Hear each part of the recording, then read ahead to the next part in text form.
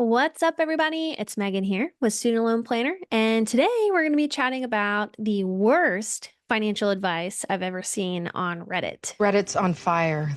I think this should be pretty fun. Buckle up.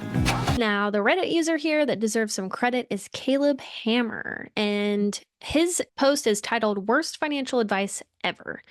Give me some believable financial advice that's actually terrible. It's probably good to address some common misconceptions. I'll throw out a couple. Number one, taking out student loans to pay off credit card debt so the interest stops growing. Oh, don't do this. As a student loan expert, don't do this. Student loans are supposed to be just for the cost of your education. That is what the promissory note spells out.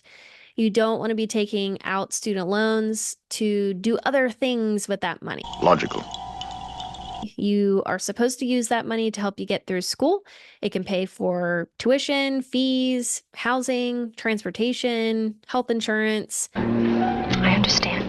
Basic necessities for getting yourself through school. Now, before I would use student loans, I'd consider other options, like maybe a 0% balance transfer to another credit card. That sounds kind of backwards, right? Like get another credit card to pay off credit card debt. But what you do is you take your balance of your interest-bearing credit card and you roll it over to a 0% interest credit card. And usually these have terms of like 12 to 21 months, which is a long time, but that helps you pay back that balance on the new 0% interest credit card without having to pay interest for a while. That helps a little, actually. And so you can do the math to figure out how much you need to pay over that term that it gives you before interest kicks back in. So that's what I would suggest doing before using student loans to pay off credit card debt. And then absolutely you need to do some assessing on how did you get into that credit card debt in the first place. It won't happen again. Caleb goes on to say at the end, first one is bad because you generally can't discharge student loan debt in bankruptcy. Now, this is true. Student loan debt is very difficult to discharge in bankruptcy or to settle. Where credit card debt, you can go through a bankruptcy process and get it either restructured or get it discharged, or you could settle. Student loans, not so much. Not flexible. They can garnish your wages. They can garnish your Social Security income if you're not paying on student loans. So definitely something you don't want to do. Imagining worst case scenario. Next up, taking out a reverse mortgage to go on vacation because it's free money. No. A reverse mortgage is kind of what it sounds like. It's living off of the equity or you getting paid the equity on a monthly basis from a home that is paid off. Hey, congratulations, going free and clear. A reverse mortgage does have age limits. Not just anybody can do this. You have to be of retirement age and there's a lot of other underwriting requirements. This is not something that you want to lean on to go on vacation. This is not the way.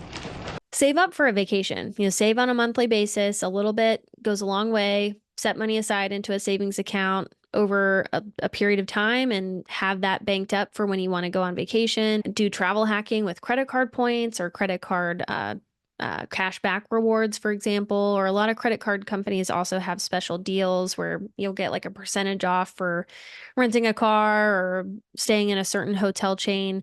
So take advantage of those things and definitely pre-plan, save for those vacations. Don't use reverse mortgages for this. Caleb says to the reverse mortgage is basically using your house as collateral for a loan. Very risky. So again, we're talking about using debt for things that we shouldn't be using debt for, right? Using your mortgage to finance something that's discretionary, like a vacation, is not a good move. Not a good look, man. I didn't say I was going to do anything. Let's see what everybody else had to say about the worst financial advice they've ever heard.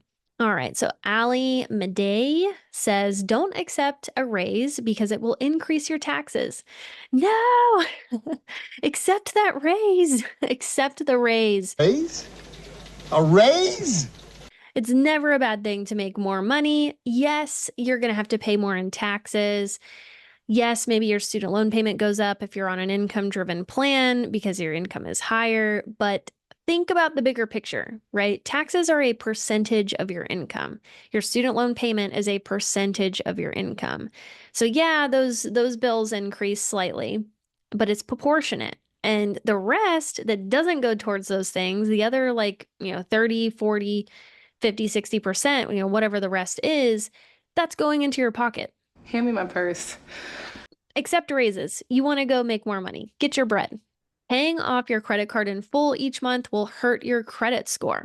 That is so wrong. I hate this misconception so much. Man, you just need to let that go. Just woosah. Credit card debt is the most expensive debt out there. You don't want to be accruing interest on your credit cards because interest for credit cards is very expensive. I typically see between 20 and 30%.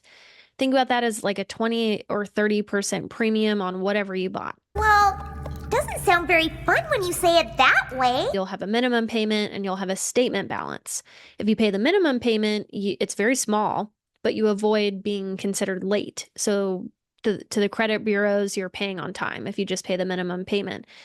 The statement balance is what you put on the card since the last closing date. And that's how much you have to pay if you want to avoid paying interest on the amount that you put on the card. Yeah, I'm not paying that. So you want to pay the statement balance every month to avoid interest. That interest adds up. It really adds up. And you don't want to be paying the credit card company for using a card, right? Right. Because that's what it is. You're paying a credit card company to use that credit card and to buy you more time to pay it back.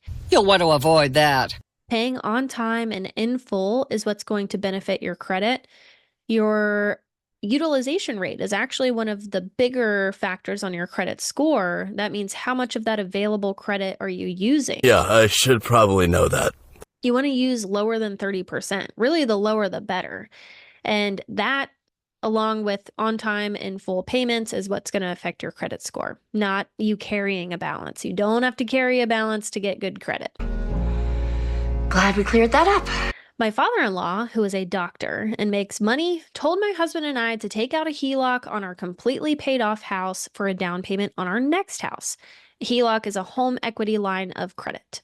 We are going to keep our current house as a rental property. I don't want to take out a loan against it unless I absolutely have to. He was like, well, where is the money going to come from for the down payment? I told him we would save up our money like everyone else. So this is an example of someone who probably feels really comfortable leveraging debt to do things. Leverage. A home equity line of credit means that you can draw from a percentage of your equity. It's cash that you could take out and you get up to a certain amount and you can use that to pay for a down payment on the next home if you don't have that money saved. Now, of course, with a HELOC, there's going to be interest. So you're going to have to pay interest. There are terms associated with that HELOC. So it's not free money. It's not just getting your equity out. You're having to pay interest to access that equity. That's lame. So that's what this person is saying is, I'd rather just save for it, save for the down payment instead of using a HELOC to do this. And that is probably a good plan for you. It totally could make sense because it sounds like you're pretty debt adverse. It will save you interest money. You don't need to lean on a HELOC because you're also not, it doesn't sound like you're in a huge rush either. And it sounds like you probably could save this money up pretty quickly from what I could tell. So that's great. That is a great position to be in. You're doing good. Is there a right answer here? For this person, I think it's, hey, save that down payment and pay for it in cash. Don't worry about what your father-in-law thinks. Rock on. There was a commenter that said, my boss makes a lot of money, mid six figures for the last 10 years. He's 100% maxed out on all debt and very comfortable with it. We speak openly about finances and his situation gives me anxiety. He knows I operate in cash and thinks I'm the idiot. We get along, but rarely agree. So again, like another great example of how like you could be very debt adverse and not open to this idea, but you don't need to be. You don't have to be open to this idea. A HELOC is a financial instrument that you could use or a lever you could pull if you needed to or wanted to. Is it the right plan for you? Probably not. Doesn't sound like it. Could it be the right plan for somebody else? Maybe. There's still pros and cons that we got to consider. So, And that's the way the cookie crumbles. I was told it doesn't matter what you study at university as long as you get a degree. And also the typical do what you love and money will follow, or some variation of that. Both of these are really stupid and put people in such a bad place. Much better to treat university like any other investment. It will cost you X and you will get Y, but keep in mind the risks. This is really great insight. Definitely here in the United States and probably in the past 10, 15 years, that is what we were taught. You know, go to college, get a degree, Go to school. have a 4-year, bachelor's degree or an associate's degree, and it'll get you jobs. It'll make you more marketable. And that's turning out to be not so true for everything. Like, of course, you have to go to school for a medical profession, right? To be a dentist or a physician or a vet. Like, you can't just go learn that on YouTube. You can't. Don't try it. Off to jail. And so when it comes to figuring out, like, should you be going to college or should you be entertaining college for your kids or planning college for your kiddos? Be careful. This one gets touchy for sure. I think there's some people on both sides of the pond that have very different ideas. I think some folks will argue that, Ivy League schools or certain schools are certainly worth the cost for XYZ reasons. Harvard.edu. And then you'll get the other side of the pond that does not agree with that mindset. My side, your side. I think I'm somewhere in the middle. It definitely depends on what you're going to school for, right? So that's an important thing. Don't just go to school aimlessly. You want to have an idea of why are you going to school? What am I doing here? And what is the end goal? Are you going to become a physician or a dentist? Are you going for marketing? Are you going for a theater degree? Like, really do some research on what you think you might want to do post-graduation and what do those fields care about? Do they care about the degree? Do they care about the connections? Do you care about, the college experience, a certain college experience? Football is life! I think everybody is different here. So you just have to get really grounded in what your goals and your values are here as yourself or as your family, and have that help you make good decisions when it comes to going to school. Think about it. I'll think about it. Ooh, okay, this next one is kind of interesting. Hokey Man 0, you get credit for this one. So Ramsey suggested paying off all debt except for the mortgage before doing your employer match, which is wild to me. That's what he said. But that's also wild to me too. I think in financial planning, let's start with a disclaimer. In financial planning, there are many answers to one question that someone might have. So let's say someone's coming to me and they're asking, hey, I only have this amount of dollars I can put towards something. Should I contribute to my employer 401k so I can get my employer match, which that just means that the employer contributes some to your retirement plan because you're contributing? Or should I be paying down debt with this money? And there's going to be a lot of things that go into that answer or that recommendation. I'm going to ask you a lot more questions and I'm going to want to see a lot more numbers before I come back with kind of, what I think is the best idea. Let's do some math. When we're talking about Ramsey, we also have to remember he's speaking to the masses. And hey, I am here too. So this is, I'm not doing anything much different. But why I say that is when he makes these kind of declarations or these programs, he is speaking to the masses. So he has to stay firm in one belief and one way of doing something. There's not much wiggle room. And I think that is... Tell me how you really feel. I don't think that's the right way to go about personal financial planning. I think it can get you to a good result, but does it get you to the best result for you? Debatable, right? Because if someone, let's say they were following this advice, their only debt was maybe their mortgage, and let's say maybe they had a car payment that was 3%. So their mortgage, maybe they bought the house in 2020 or 2021. They got a super low mortgage rate too. So like 3%, their car is at 3%.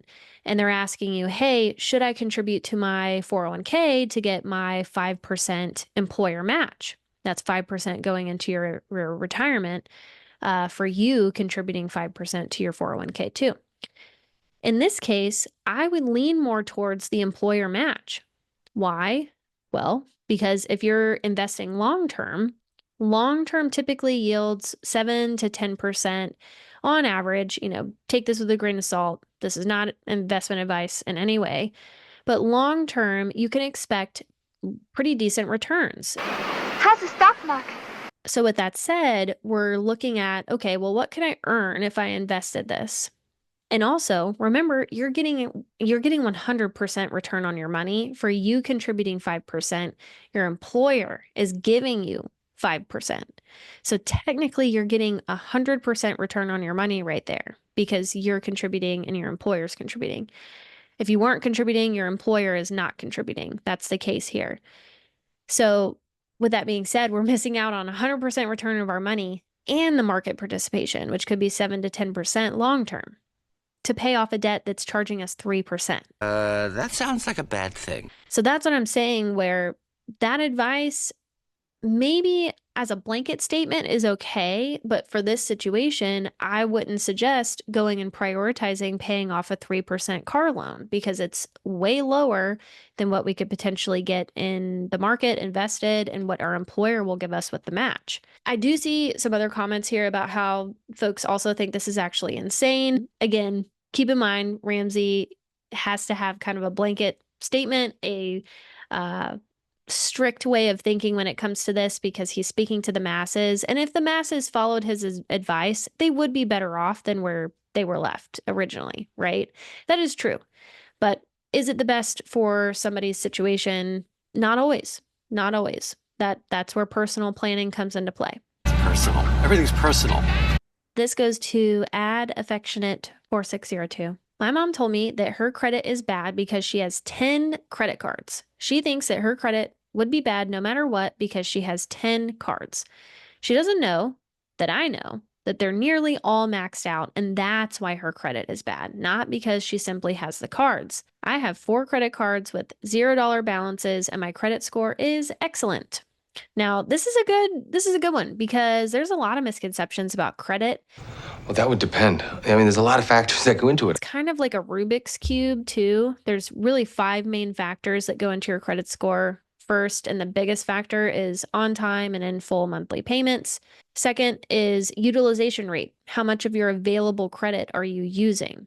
Third, fourth, and fifth they're close to each other as far as like the weight on your credit score, but credit history or length of history, new inquiries or new credit, and credit makeup. What kinds of credit do we have? Installment loans, revolving loans. This person having 10 credit cards, I think they're right. That's not necessarily the problem. It's that her utilization rate is really bad. Because if you've got all of your cards maxed out, the lenders are looking at you like, you don't need any more credit. Cut it off. Cut it off. You're not going to get a good credit score because you're not managing your credit well. You're not paying your bills. You've got all of the available credit that you have offered to you maxed out. So there's nothing else to give. So this looks really bad. So utilization rate is really important. And that's why on the flip side, this person's child is saying, hey, I have 4 cards, which is still like a decent amount of cards, but I don't carry a balance on them. And my credit score is excellent. So that tells me that this person pays their bills, they pay their statement balance, pay off the balance on their credit cards, and they keep that utilization rate really low, which positively impacts their credit score. A+. Not necessarily advice here, but definitely an interesting observation and goes to show how credit can be very confusing and how a lot of things really go into it. Well, thanks for hanging out with me and reading some of the worst financial advice I've ever seen on Reddit. Maybe we'll do another segment on this that involves maybe the best advice we've ever heard. We'll flip it around and have maybe a positive take on this again in the future. But thanks for hanging out. Let us know if you need some help with your student loan plan. That's what we do. That's our bread and butter. Check out studentloanplanner.com to learn about the resources that we have, the free resources that we have that can help you get to the next level and optimize your student loan plan. Until next time.